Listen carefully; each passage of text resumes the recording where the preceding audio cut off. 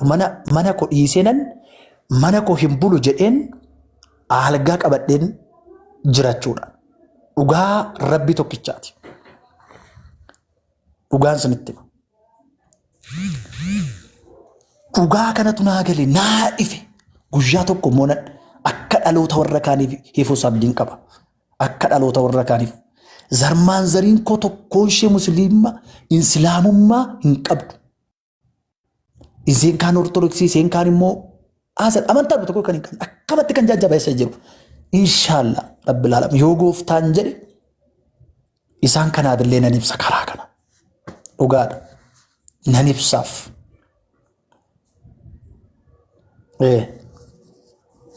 Kanaaf macaafni baru udaan minaamin jettanii tudduu kana isa kanaan keessa yeroon shaadaa qabadhee booda waan baay'ee nan haasawaa.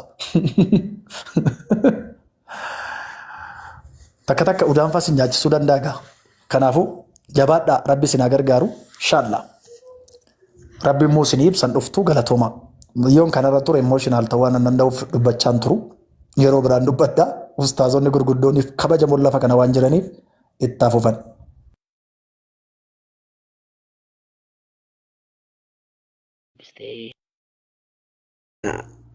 Jirtanii yaa jamaa badhaale. Amma jirraami. Simala dhaggeeffanne. Har'a mana isinitti kenneera bara an dubbataan jiru. Mana isinitti kenneera ustaazotatti.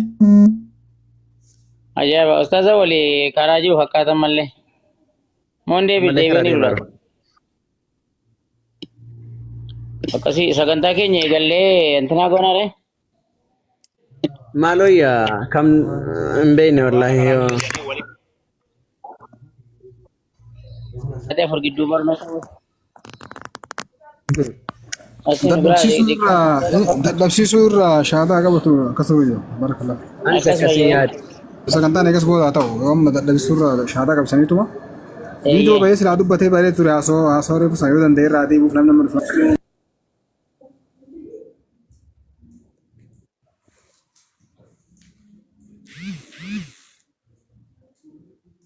Sagaleen keenya jira hari normaaliidhaam. Normaaliidha.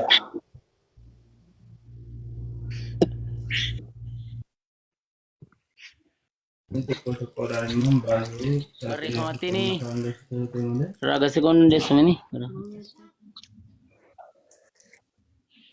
Akkas. Quba kee harka mirga akkas goota. Sagaleen koo jiramini. Jirana. Ashhadu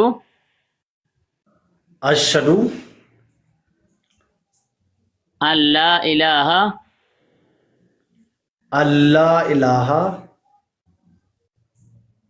illallah wa ashhadu anna Muhammadan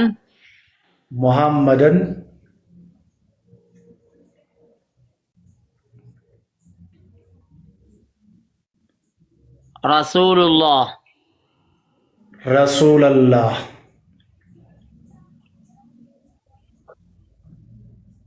wa anna Isa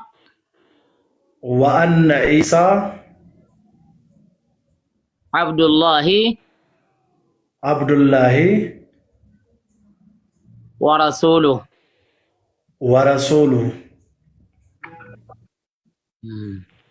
Afaan Oromootiin akkuma yeroo kan dhageessu ni jenna. Rabbi tokkicha malee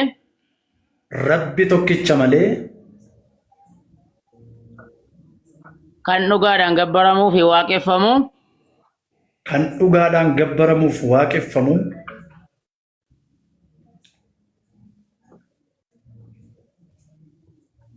akka hin jirre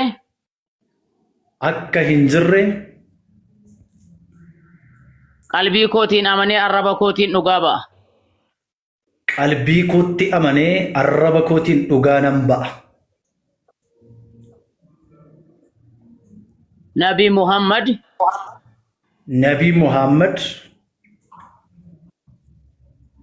ergamaa rabbii fi garbicha rabbii ta'uu isaanii ergamaa rabbii fi garbicha rabbii ta'uu isaanii ergamaa rabbii fi garbicha rabbii ta'uu isaanii ergamaa rabbii fi garbicha rabbii ta'uu isaanii qalbii kootiin amanee arraba kootiin ragaa ba'a. qalbii kootti amanee arraba kootiin ragaa nan ba'a. Yesus Kiristoos ergamaa rabbiitii fi garbicha rabbii ta'uu isaa Yesus Kiristoos ergamaa rabbii fi garbicha rabbii ta'uu isaa qalbii kootiin amanee arraba kootiin dhugaa ba'a. qalbii kootiin amanee arraba kootiin dhugaa nan ba'a. Allahu akbar, Allahu akbar, Allahu akbar. بارك الله فيك في النير رفان روموتينيس رفان رباتينيس ربين نما هدايان كن تعديتو أجيلوم نتك أجيل تكون أجيلوم ماتي تدرب واتي تدرب أبا أبوليست هادت هادوت هاد أمانات أجيلوم درب ربين صفاتايسو الله أكبر الله أكبر الله أكبر آمين آمين آمين دبدا آمين أستاذ رب السلام عليكم ورحمة الله وبركاته. بوليس كان وعليكم السلام ورحمة الله. باستر أمانويل أما أستاذ أمانويل سنجنا حبيبي كي أبغى ربي نقرس لا ما ربي سفيده. آمين والله يدعو إلى دار السلام ويهدي من يشاء إلى صراط مستقيم. ربي نقرأ عند نجايا كانت ربي قبرتني ساياما. نما ربي سالف في سامو ربي اسمك أيجا. Kanaafuu qajeelumti harka rabbii jirti malee harka namaa hin jirtu. Guyyaan kee irra ga'ee ala rabbiin islaamummaa si kenne. Islaamummaan amantaa duraan rabbiin irratti si uume irratti dhalatte. Ergamaan rabbi alayhi salaatu salaam lubbuun tamuu islaamummaa irratti dhalattii jedhan. Haadhaa fi abbatu yookaan waalidatu maatitu yookaan yahudaa godhanii yookaan nasaaraa godhanii yookaan majuusaa godhanii jedhan. Kana waan ta'eef Nabiyoonni hundinuu rabbi tokkicha qofa jedhanii gabbaraa ture. Muusaan rabbi tokkicha jechaa ture. Eeliyaas rabbi tokkicha jechaa ture. Abrahaam waaqayyo rabbi tokkicha jechaa ture. Iyyaasuun rabbi tokkicha jechaa ture. Yesuusis yoo macaafa keessatti akkuma duraan otuu beektu waaqayyo gooftichi keenya kophaa isaa waaqa jechaa ture. Gara rabbii kiyya gara abbaa kiyyaaf abbaa keessanii gara waaqa kiyyaaf waaqa keessanii jechaa ture. Egaa waaqa lama hin qabnu inni egaa waaqa kiyyaaf waaqa keessanii jedhe. Waaqni kennaaf kasaa kan waliin nu uume san jechuudha. Kana waan ta'eef gara amantaa tokkummaa rabbii dhuftee amantaa rabbii kan kee tokkichatti beeytee haqaan gad dhaabbattee itti gabbartu dhuftee galgala kanarraa kaaftee jechuudha qalbiin itti tasgabbii argatti. Kana rabbitu quraana keessa jedhee jechuudha. Namni kalimaa laa ilaaha illallah fudhate yookaan ammoo quraana rabbii qara'e alladhiina aamanu wa tatma'innu quluubuhum bi dhikrillahi jedhe rabbiin. Isaan warri amanan qalbiin isaanii tasgabbii argatti. Maaliin tasgabbii argatti jennaan? Kalimaan laa ilaaha illallah taatee arra fudhate tun kalimaan sii caalu hin jirre. Jechi sii caalu hin jirre. Okay? Miizaanni biraa kan isii kaasu hin jirre jechuudha. Kanaaf qalbiin tee takkitti halkan kanarraa tasgabbii argatte. Duraan waaqamee gabbartoota hin jedha yoo duraan 2, 3, 1, 3 maali jechaa turte wareerri san hunda keessa rabbiin si baasa jechuudha. Duraan waaqni hin du'aan yoo si gaafatan hin du'aa jechaa turte har'a ammoo rabbii hin duune tokkicha fakkaataa hin qabne kan dhalfanne kan dhalle isatti rabbii walitti si baasa jechuudha. Kana waan ta'eef sa'aatii ammaa kanarraa ati obboleessa keenya kan musliimaa ati rabbiin cubbuu tan ta'e dilii tan ta'e tatartuu hunda si dhiiseera. Rabbiin keenya arrahmaanii rabbil khayrii takkitti ay dalagattu rabbiin kudhaniin si baay'isu. Rabbi si galee dilii tan ta'e waan ati kana dura daleete cubbuu tan ta'e hunda rabbi sirraa dhiqee akka daa'imman dhalateeti jechuudha sa'aatii ammaa kana jechuudha. Kana waan ta'eef asumaan inshallah gara garee shaadaa jechuun garee quraanaan seentaa Ustaad Abbaa Caaliitii fi Abdii Muusaa inshallah gara garee quraanaa si galchanii wanni ati amma sirriitti irratti xiyyeeffatuu qabdu akkuma gaaf kiristaanummaa keessa jirtu waa barattee sadarkaa paastarummaatii sadarkaa lallabaatii fi sadarkaa faarfannaatii sadarkaa meeqa geette gaafa islaamummaa yoo dhufte daran jabaachuu si barbaachisa kanaa qabsoo hedduu keessa seente jabaachuu si barbaachisa jechuudha. Qormaanni tokko si dhufuu danda'a, si arrabsuu danda'an, suuraa kee garagalchuu danda'an, maallaqaaf deemisi jechuu danda'an, dubartii jaalatin jechuuf deeman, yookaan yoo nama siyaasaa baratee aangoo barbaadu deemisi jechuu danda'an, wantoonni garaagaraa siin jedhamuu danda'a jechuudha. wanni kun hundi addunyaadha ilmi namaa kun yoo amma du'e addunyaarraa fakkeenyaaf waan fagoo yaada malee sa'aatii ammaa kana yoo du'e wanni inni qabu hundinuu sabootatti hafti jechuudha. Sigalee nama biratti fayyadame jechuudha. Kana waan ta'eef ati nama maallaqaaf jedheellee deemuu miti, nama dubartii jedheellee deemuu miti, nama aangoo barbaadallee deemuu miti, nama rabbii tokkicha haqaan gabbaramaa rabbii tokkicha haqa barbaada deemu malee ati sigalee nama bu'aaf deemuu miti jechuudha. Kana waan ta'eef islaamummaa waa barachuu tajamti. Maaliif rasuulli rabbi alayhi salaatu wasalaam waa barachuun dhiiraaf dhalaa muslimaa irratti illee dirqama jedhan.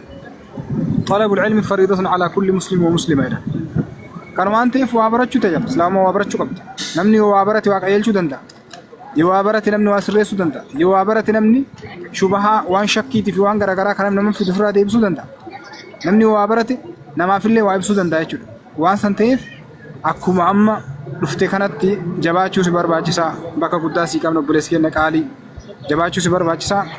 Qormaata hundaayuu rabbiin si haa dabarsu. Akkuma dhufte kanatti gammachuun dhufte kanatti dunyaa fi akhiratti illee rabbiin gammachuu si addunyatti illee rabbiin gammachuu si jiraachise. Akhiratti illee rabbiin fuula gammachuutti rabbi si hasimatu sin jedha. Ustaazonni hedduun taa'ee eegaa jiran mafsuma dhaabaa. Aadaa billahi tawfiq. Assalaamu alaikum warahmatullahi wabarakatuh. Maqaa moggaasaa jechaa jiran ustaaz. Maqaa amaan jennuuni. Amaan maqaan duraati jaalattu jira. Amaan bareedaa badhaachumaan Amaanu'eel. Amaan si jenna maqaan kee Amaan okay? Amaanumatti naaf ufaanii. Amaan maqaan itti hafachaa Amaan mas maqaan kee akkasiiti. Jabaa dhuga amaanaa guddaa ofirratti fuutee amaanaa tanarra nama bakkaan gahu rabbi si haa godhu. Jabaa inshallah. Inshallah. Abshira. Rabbi guddaan jira. Hayyee obsaa ijoollee ingilishna inshallah. Yeroo takka obsaa barakallahu fiikum. Sabboontu dubbadhuuti inshallah. Abdii jalaa gadi buuta. Waan dubbachuu barbaadu dubbadhu. Obsaa yaa jamaa obsaa bakka hin qabnu kanaaf nu obsaa inshallah. Sabboontu dubbattee jira buuta. Salaam alaikum. Bakki anin bu'aa abdii booda na deebistaa nama galchi inshallah. Haa ustaaz araba. Amo. Sini ustaz Sisa anu nambah rakon kamu. Amo kongiraasin jedheera kongiraasin jedheera reddeebi'eeti. Yaa maashaallah yaa abbaa koo dha abdiin. Wallaahi hedduu natti toleera. Ani ganama jechuudha silkii kiyya banee viidiyoo ammoo gaafa argu dhugaas natti hin fakkaanne dhaabachuu hin dadhabe jechuudha gammachuu guddina miilli kiyya na hollate. Maaliif egaa dura raajii amoo ture yookiin paasterii hamoodha amma immoo inshallah gara ustaazatti ni jijjiirama gaa raajiin hafee waaqa sadii faana hafee jechuudha raajiin. Amo baga gammadde sin jedheera amma sirra deebi'ee. Wallaahi hedduu si gammadeera. Baga rabbiin karaa ofiisaatii jaallatee amantaa islaamummaa amantaa qajeeltuu kanarratti si deebifate amantii kee ganamaa irratti sin jedha. Karaa hundumaan rabbiin gufuu dura kee haa kaasu, qormaata dura kee haa kaasu, barumsa dura kee jiru diinii islaamummaa irratti si haa milkeessu amma dhumaatti sin jedha cimsee irras gadi si haa dhaabu. Amo jalqaba kaasee naman beekudha jechuudha. Raajii amoo turanii. Nama yeroo dheeraadhaaf waliin tajaajilaa ture online irratti karaa toora imootiin jechuudha. Akkasumallee nama amantii islaamummaa baay'ee balaaleffatu, nama baay'ee jibbu, nama amantii islaamummaaf iddoo hin qabne ture jechuudha. Amooni sababa kanarraan ka'ee har'a garuu gaafan viidiyoo isaa argu hin amanne jechuudha. Dhugaa natti fakkaanne wallaahi hin amanne jechuudha. Miilli kiyya baay'ee na hollatee dhaabachuu dadhabee jechuudha. Waan hin godhamnaan karaa keessaa dhaqee bilbilee fi dhugaadha moo sobaa jedhee gaafadhee naanii lakki maskiinaan jedhe dhugaadha. Dhugaadhuma kanatu naa gale abboo walxaxaa waaqa kanaa dadhabeeraa naan jedhee. Yaa maashaallah. Waaqa kana dhuguma baay'ee walxaxaadha nu galuu dide sillaasee sadan suni baay'ee nu rakkiseera nu bichaa miti namoota baay'ee rakkachaa ture egaa rakkannaa nama gara naa dhufne. Haqaan gabbaramaan rabbii tokkicha akkuma amoon dubbachaa ture waan sadii afur shan hin jiru akkasuma gatii xaa barbaaduun illee hin jiru. Haqaan gabbaramaan rabbii tokkicha innis immoo Allaadha. Kanaaf warri kaafirootaa yookiis immoo hordoftoota amantii kiristaanaa tarii waan baay'een isinitti dhaga'amuu danda'a. Gadda guddaa keessa jiraachuu dandeessu. Bishaan abbaa leetira lamaa of bukkee gaditti lilliqimsa. Ayyaachuu jajjabaadhaa. Isinis gaafa dhugaan kun isiniif gala hin dhuftu isiniin jenna. Kanaaf amoo keenya warri si ajjeesnallee isin jedhanii warri karaa sana namaaf deemtee akkasumallee dubartii jaallattee yookiis immoo birrii filattee waan tokko waan baay'eetu jira. Egaasi warra dhiiraa miti nuyi warra shamarraniin iyyuu doorsisa baay'eetu jira waan baay'ee jedhamaa jiran nuun jechaas jiru. Kanaaf ati dubartiidhaaf yookiin maallaqaaf yookiin waan ta'e qabeenya barbaaddee otoo hin taane dhugaan kun si galeeti kan dhufte waan ta'eefi dhugaa argite kanarratti ammas jabaadhu gadi dhaabadhu rabbi gadi si haa dhaabu holola namaatti gurra hin qabin akkasuma namoota hedduu dhufanii gaafii si gaafataniif nama hundumaafan deebi'ee ta'a jettee hin cannaqamin dhaamsi obbolummaan isiif qabu nama hundaafan gaafii deebisa jettee hin cannaqamini. Amantii kee qabatte kanaaf barumsi diiniin islaamummaa dirqama si barbaachisa waan ta'eef barnoota keetti fufii oduu namaatti gurra hin qabini warra si waaman hundumaa jalaan waatiin maaliif namnis nama waamaa seexannis nama waamaa jinni waan ta'e nama waamuu danda'a si galee waan baay'een nama waama waan ta'eef isaan kana jalaa hin waatisiin jenna. Amoo keenya si bira jirra akka obbolummaattis nuti karaa oromummaatiinis karaa amantiitiinis kallattii hundaan iyyuu rabbiin keenya tokko nu godheera. Ani sabboontiin hedduu gammadeera wallaahi akka itti ibsadhu hin qabu jechuudha. Akkasuma obboloonni kan keenya kiristaana keessa jirtan rabbiin dhugaa kana isinitti haa ibsu. Dhugaa nuti arginee gara na dhufne kana rabbiin tokkichi ija keessan banee sammuu keessan har'a gatiidhaa barbaadaa jirtan kana illee isiniif banee gara amantaa islaamummaa amantaa haqaan gabbaramaa kana rabbiin isinaa fidu du'aa isinii goonaa isiniin jenna. Jajjabaadhaa egaa amoo keenya karuma keessaa dhufee tana sirriitti du'aa isii godhe si eebbisaa egaa namoota baay'eetu toora qabatee nu eegaa jira akkasuma abdiin illee baga nagaan dhufte baga rabbiin karaa ofii jaalatutti isin fide weelkaam anaa dhufa isiniin jedhee rabboloota kiyya qaalii jabaadhaa wal bira jirra wal faana jirra inshaallah du'aadhaanis kallattii bira annees waan hundaan iyyuu wal bira jirra waan ta'eefi rabbiin kiyya jabeessee irra gadi sinaa dhaabu.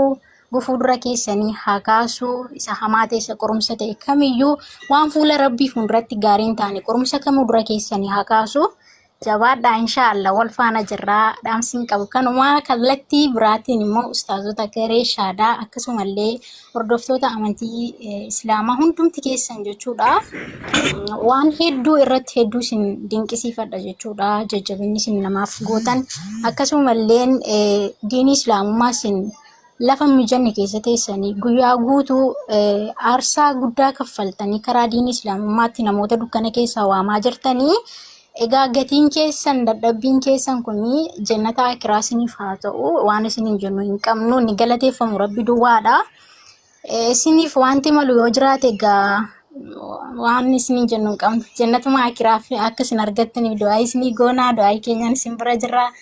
Jabaadhaa ulfaadhaa isiniin jedhaa asuma irratti hin golobaa ustaazonni keenyatti dhufaa maashaallah amoo keenya jabaadha ishii.